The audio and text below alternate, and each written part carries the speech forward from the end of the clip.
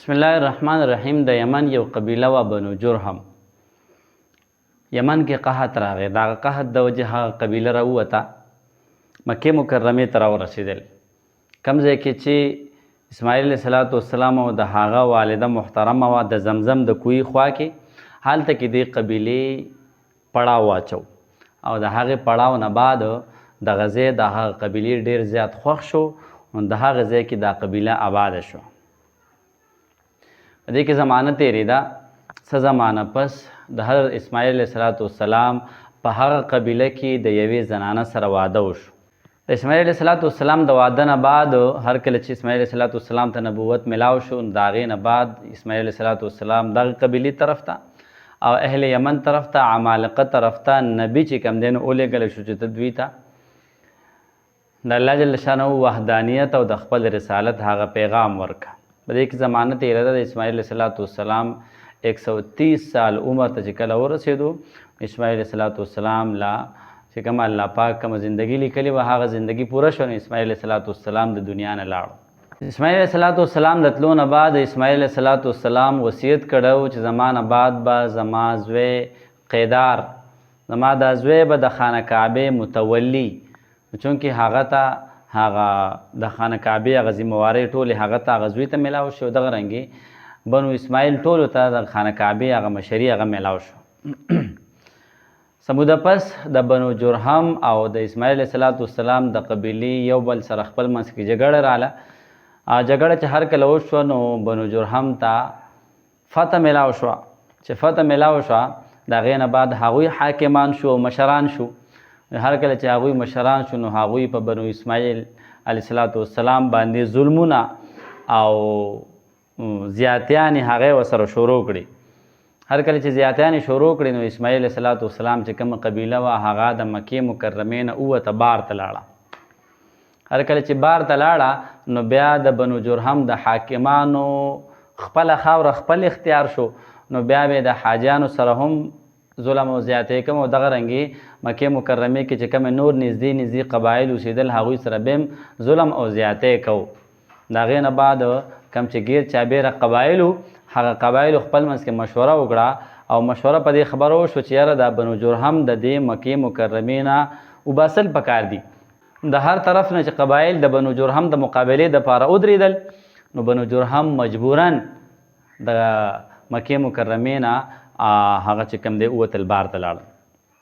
هل کله چې بار ته لاړل نو څه موده پس بنو اسماعیل چې کوم هغه واپس راله مکې مکرمې ته، هلته واپس آباد شو. بنو جرهم چې کله د مکې مکرمې نه وتل نو بنو جرهم داسې کار وکړو چې د مکې مکرمې د خانه کعبې چې کوم سامانونه هغه سامانونه ټول راواغستل او په زمزم په کوهي ته لاندې ورویشتل او زمزم کوهي کې پټ کړه او زمزم کوهي مکمل بند کو. داسې بند کو چې د ځمکې سره بالکل برابر کو چاړو، دا پته چاته نه لګېده چې دلته کې لا کوهي. هر کله چې بنو جرهم ووتل نو بنو اسماعیل واپس راغلل او هلته کې مکې مکرمې کې واپس آباد شو. زمانه تېرېده.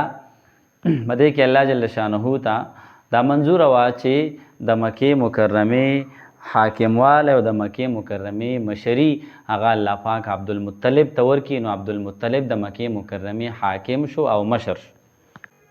نو هر کله چې هر یو څیز هغه د عبدالمطلب په لاس کې راغی نو په دغه وخت کې د الله جل شانه اراده د خبرې طرف ته متوجه شوه چې اوس دې د زمزم کوهی کولاو شي.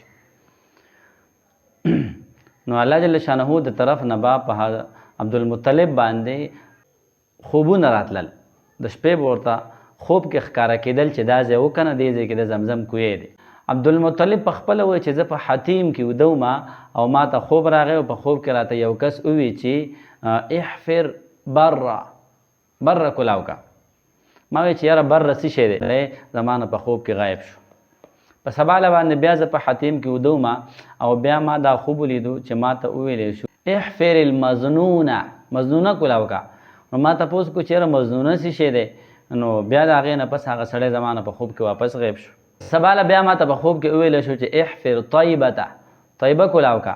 نو ما وی چې یاره دا طیبه څه شی دی؟ د هغې نه بعد ما هغه سړی بیا په خوب کې ونه لیدو او په سبا باندې بیا ما په څلورمه ورځ چې کوم خوب ولیدو نو ما ته بیا په هغه خوب کې هغه سړي وویل چې احفر زمزمه زمزم کولاو کا د زمزم کوی او کله ما ته پوسو کو چې د زمزم کوی څه شی دی ما ته هغه سړي په جواب کې وی چې زمزم یو کوی دی چې د هغې اوبه نه ختمیږي نه کمیږي او د هغې په اوبو باندې حاجیان صاحبان سیراب کیږي او ما ته په هغه خوب کې په یو ځای کې څه نشانات هم وښودلی شو چې دا ځای وکنه نو هر کله چې زه راپاڅېدم ما هغه ځای وکتو نو هلته کې یقینا چې هغه نشانات هغه لګېدلي نو ما د خپلې قبیلې والا سره مشوره وکړه چې یاره څه چل وکړو نو د هغه قبیلې د عبدالمطلب مخالفت وکړو بهرحال عبدالمطلب د چا د مخالفت څه پروا ونه کړه او خپل بچوی حارث یې ځان سره کړو او روان شو کودال او بیلچې واغستل او د زمزم د هغه کویې چې کوم نشانات ورته ښکاره شوي و هغه ځای یې کنستل شروع کړه هر کله چې هغه ځای کنستل شروع کړه 3 ورځې پکې کاروایي کوله کنستل په دې کې لاندې آخره کې د زمزم کوی چې کوم دی نو هغه راښکاره شو نو دواړو پلار او بچي په شریکه چغه وواله چې الله اکبر هر کله دا چغه وواله نو بیا عبدالمطلب ووی چې دا د حضرت اسماعیل علیه السلام هغه کوی دی